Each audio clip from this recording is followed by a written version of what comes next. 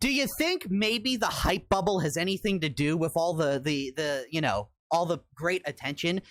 Do you think that maybe the fact that if you so much as say I'm skeptical that it won't be the best game ever released, this DLC, that you get absolutely hammered with backlash for that?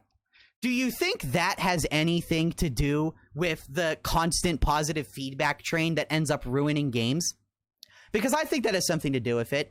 But I just want to go through the comments and respond to this, because this is one of the most insane responses I've ever gotten to a video.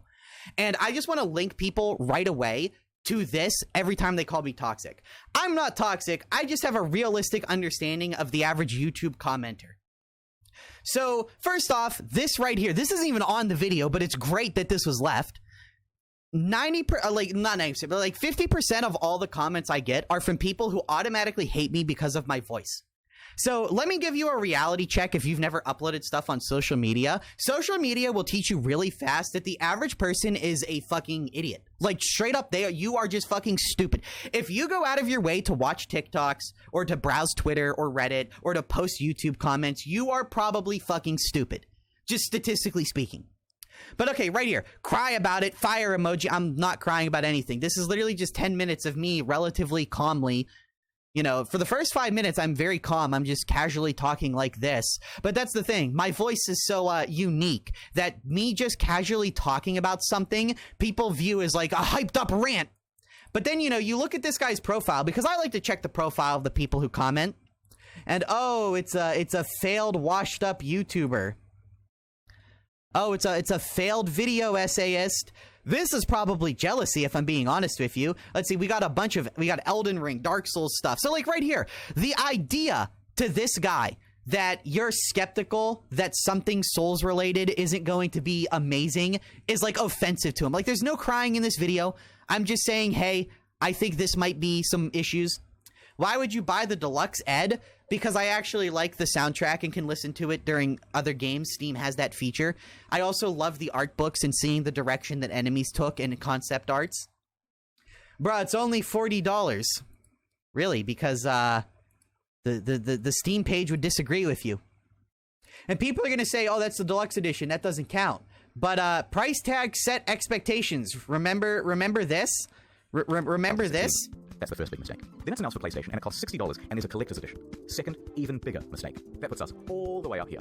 And I think this is the main problem. Remember this? Price tags set expectations. Yeah. Just because the base game costs something, they're telling you that they think the DLC is so big and grand that it's worth having its own deluxe edition, and that it's going to come with so much music and art direction, just effectively design blueprints, that it's going to be worth that extra $10, $20. That's what they're saying. That is the expectation they are setting with the price tag. You might disagree. You're wrong, but you can disagree. You can go sit in a corner and cry and be like, no, it's only $30. It's only $30, $40. No. 30 plus hours is what most $70 games are now. Crying emoji. I'm going to assume this is a child because of the crying emoji. Oh, what do you know? What do you know? We got Elden Ring on the profile, Fortnite, Roblox, Fall Guys. Like, am I supposed to believe this is like a 25-year-old adult whose brain is like fully developed? It can like actually make, you know, a good argument. Not even subbed and I want to unsub. Like right here. Okay, well, that doesn't tell me anything. Like what? You know, this tells me nothing. I'm just going to delete this. Like, go away. Hey, people coming into the comments, go ahead and hit the dislike button because this dude can't cook. What the fuck does that even mean? Oh, we have another failed fucking, like, again, like, am I supposed to take this person seriously? This is like a late teen who uploads fucking Sonic sprite edits. Go away. Fuck off. What does that even mean? This dude can't cook. Like right here, we're going to delete this because why? Like, this adds nothing to the video. None of these add anything to the video. Like, these are just random idiots saying nothing. Why are you mad already? How does talking in a neutral, soft tone for 5 minutes, then the only thing that I'm mad about is the review section, because Souls games are all about the struggle. They're all about exploration. So if you're going to remove the struggle by figuring out what the meta is before the game's even out, and you're going to remove the mystery and exploration before it's even out, then like, what's the point? You're just buying into hype because you just, you know, it's hype. You're not actually there to experience the game. So, okay, go away. You don't know what you're talking about. I'm not mad at all. Shadow of the Erdtree, highest rated DLC of all time. Are we taking review scores seriously? The same people who couldn't get past the Cuphead tutorial, we're now taking their review score seriously.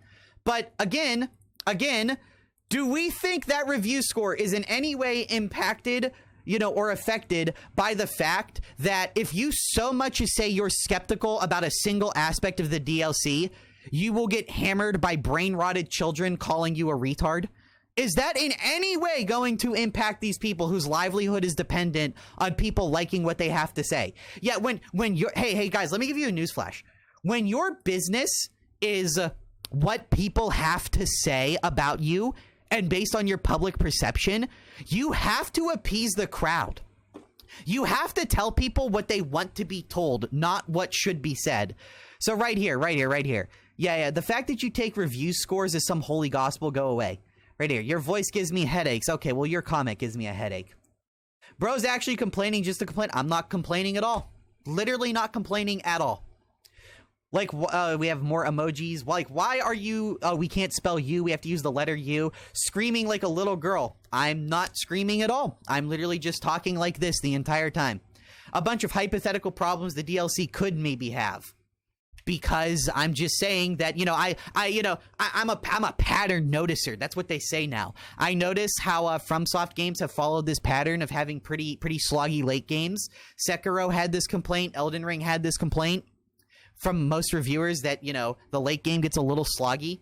I love people, by the way, mentioning review scores here like it's the highest rated review because it happens a couple times in these comments, but absolutely nobody mentions the contents of the reviews. Like, it's like they didn't watch the review. They just skipped to the end, saw the score, and was like, I bet I'm hyped.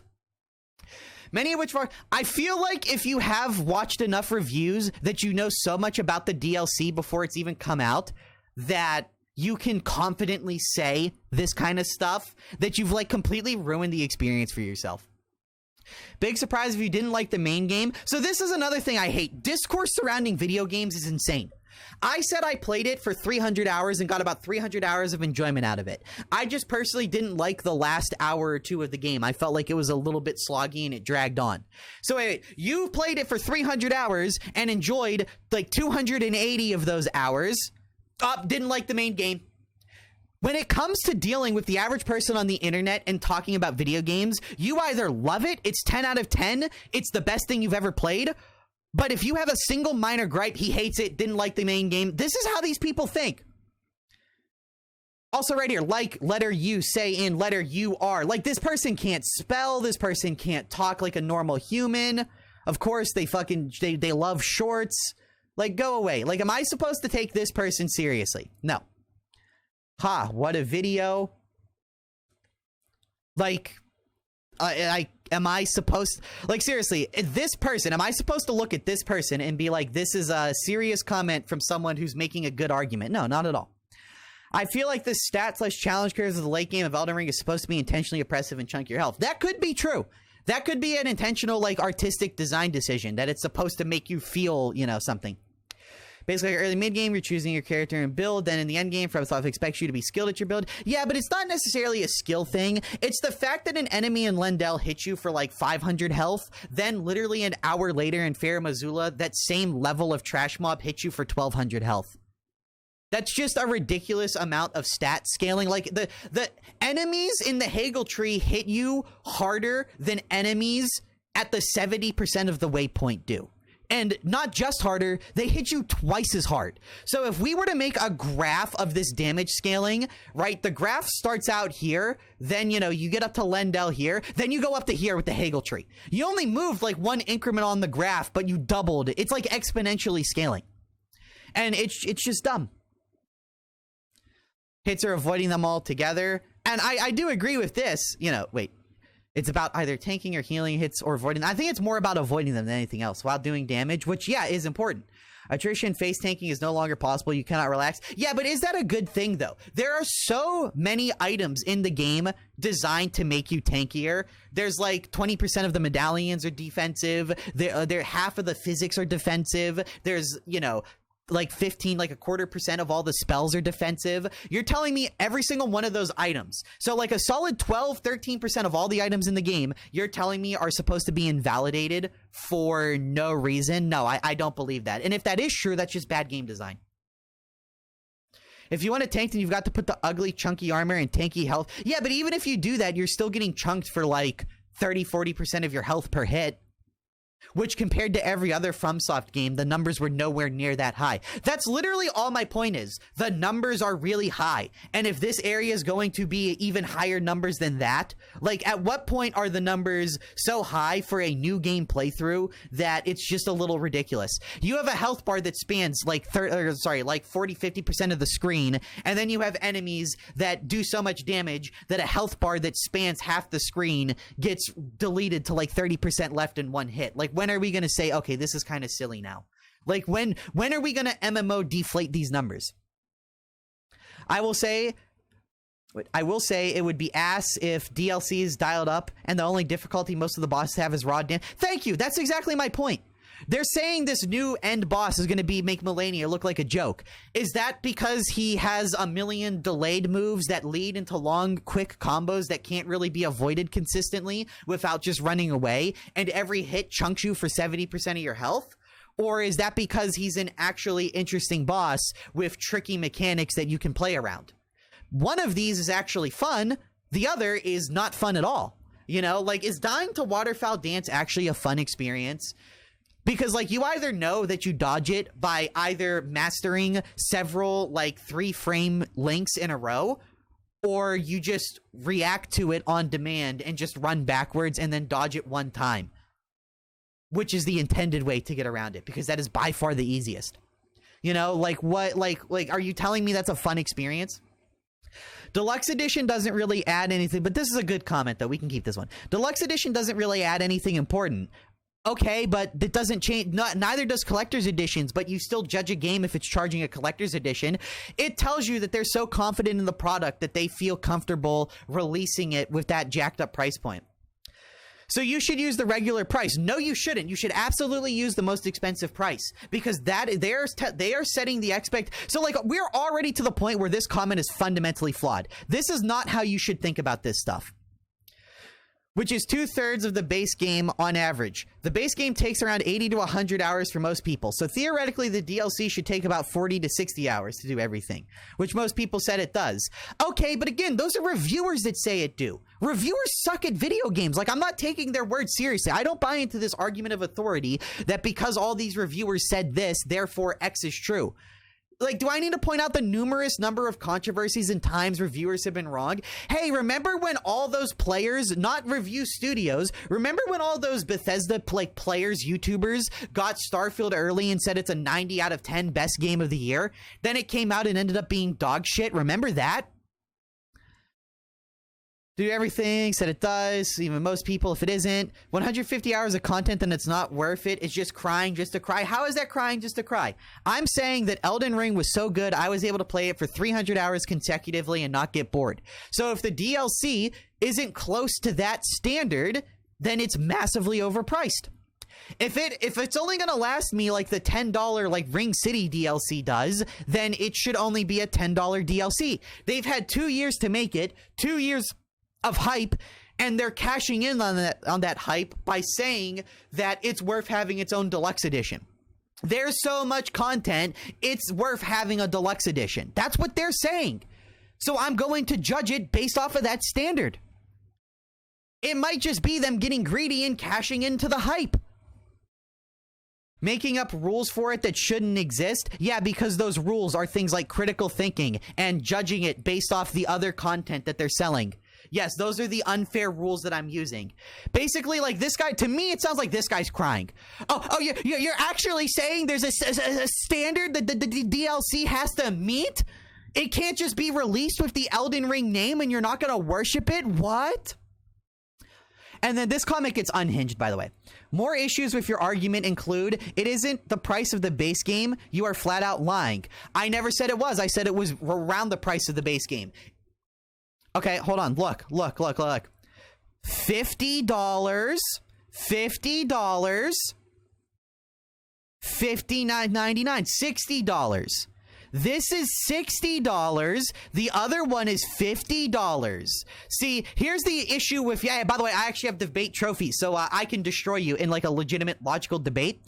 So right here, you're basing your argument on a presupposition that this is the only valid way to think. However, I think you can make a far stronger argument that thinking in the reverse is far more valid, because they're the ones setting the price tag. They're the ones setting the expectation. They're the ones saying that there's so much content here that it's worth having a deluxe edition. That is what they're saying. So, no, I'm not lying. Yes, you're right. It's not literally the same price, but it's $10 off. It is like 90% the price of the base game. Mog is not post-game. He is late-game content.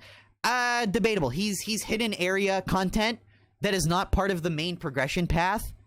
So you could totally say he's post-game. But the DLC is supposed to be post-game. You know, everything that I personally know about it says it's supposed to be post-game. You don't need to beat the game to beat Mog or start the DLC. Okay, yeah, but what does it have to do with anything? And when I say post-game, I'm talking levels. If the enemies in this area are higher than any area in the base game, that's post-game content, just based off of the RPG progression of it. It isn't going to be Elden Ring late game. It is a completely separate experience from the game. How am I supposed to know that? How am I supposed to know that going into it? No, seriously, how, what, oh, am I supposed to watch reviews? Am I supposed to spoil the whole experience before I even step into it and know everything about it? Like, this is such a brain-rotted way to think about video games. It is specifically crafted to be its own complete experience. Okay, maybe that's fucking true, and I'll know that when I play it. Like I say in the video, I'm looking forward to trying it and seeing how well this, you know, my early, you know, concerns hold up. It's this guy's treating me like I'm the fucking devil who's like should just know better, when I'm just saying I'm going to go in and try it and see.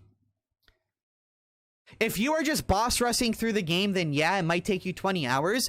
Okay, well, there's supposed to be 10 unique bosses. What if I'm just good enough at the game that I don't struggle and spend 5 hours on every boss? What then? Am I still boss rushing it? You know, people told me that the size of the area is the same as Limgrave. It does not take like 50 hours to go through Limgrave and figure out all its little secrets. I'm sorry, like in my first playthrough, it took me maybe 10-15 hours to go through most all of Limgrave. And I didn't, you know, the only boss that took me more than like 5 tries to beat was like the twin gargoyles in Melania. So unless every boss is going to be on that level, it's not going to take me more than like 30 minutes to beat all the bosses.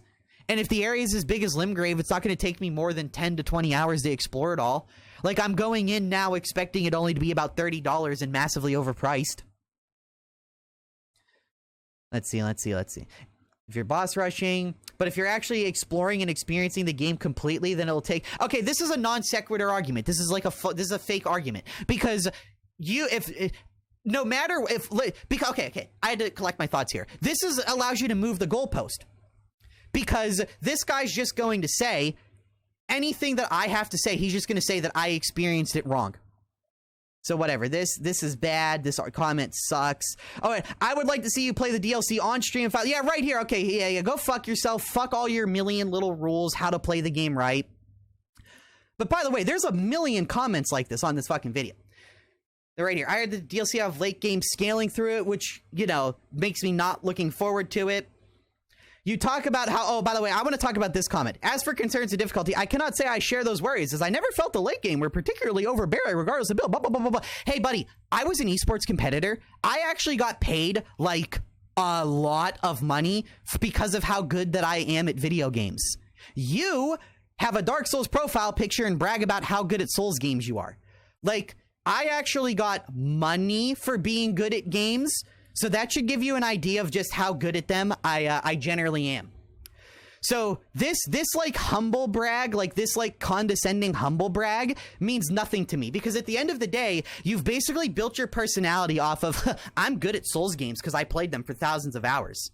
Meanwhile, I'm sitting here like, okay, I'm cashing checks because I'm so good. Meanwhile, you're just like, yeah, I sit in my basement and play Elden Ring for 3,000 hours, and it's not that hard actually. Anyway, right here, one of the first snippets of information we got about it was that it was called an expansion. Okay, but they're also Japanese. So let me give you a little Japanese lore. Japanese studios, unless it goes through an American marketing agency first and foremost, tend to use the word expansion. You know, they called the DLCs for, like, the other Souls games in Japan expansions, right? They did not use that word for any DLC prior. No, the American marketing firm used the word DLC because that's what Americans are used to. I feel like this guy's getting tricked by marketing. The description for it on Steam directly says expansion. Okay, but again, how much of that is marketing speak? First off. Second off, I didn't say that FromSoft should be calling it that. I said we, like the people talking about it. I'm talking about the discourse surrounding it, should be calling it that. And then right here, I never said that the late game of Elden Ring was hard or too hard. I just pointed out how it's a little ridiculous that over the course of an hour, enemies triple in health and damage.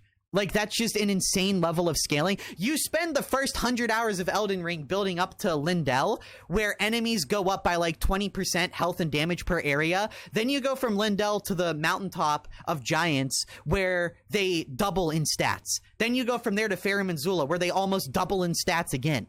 And I'm just pointing out that's kind of a crazy scaling. And if we follow that same exponential scaling, enemies in the end of the DLC should be hitting you for like 2,000 damage. Like, are you gonna say it's cool for a basic hollow to touch you once and kill most builds? Because if we follow the same progression of damage and shit, they're gonna all have 5,000 health and deal that much damage. But again, this guy didn't hear that. He just heard, so like, go away, you're an idiot. He didn't hear that at all. He just heard someone say that enemies hit kind of crazy hard, completely ignored the surrounding argument, and was just like, well, I don't share those concerns for difficulty, and I hope it's easy enough for you, casual. And I'm sitting here like, dude, I literally have a contract, had a contract where I was getting more money than you probably make in a year all at once just to help people, you know, run an esports org. Like, shut up. Like, you're not, like, the idea that you're better than me is kind of laughable, just, you know, statistically speaking. Then to follow that up, like, even if you are better than me at these one games, who cares? I don't know, it's just such a weird way to think. Bro went hollow. Oh god, TikTok speak. Blood. Hold on. Talking to someone with brain rot. Oh. Doing all that walking. Right here. Bro thinks he's Paul Walker. This is you. This is literally you. This is literally you. Bro needs to go outside for real. Okay, go away. Go away. I'm not even going to engage with this. You're literally just brain-rotted TikTok children. Oh, let's see. Oh, he likes Helldivers, of course. Oh, all of his content. Again, right here. We have a bunch of fucking Souls-like games on his profile and Helldivers. We've got someone who's offended at the idea that you aren't worshiping the DLC. Thumbnail and editing game fire, dude. Like, I like this backhanded, like, insult. Like, okay, I'm not gonna edit a fucking... I'm sorry your favorite, your favorite YouTuber spends a year editing a 5-hour video essay. I'm just casually talking about the DLC. I'm not gonna fucking put a day of editing into a video. There's nothing to edit. Dude did not cook. What does that even mean? Like, again, this is just TikTok brain rot. He cooked. He just burned it badly. Crying. Like, again, you again. Like, let's just go back. Like, this is you. Doing all that walking. Like, this is you. What the sake of my... Okay. Like, this is literally you. Like, this is literally just you right now. Like, why do you want to present yourself like this? The only people who talk like this are like 15-year-olds who spend more time on TikTok than listening to their teacher. So go away. We don't deal with the brain rot bullshit.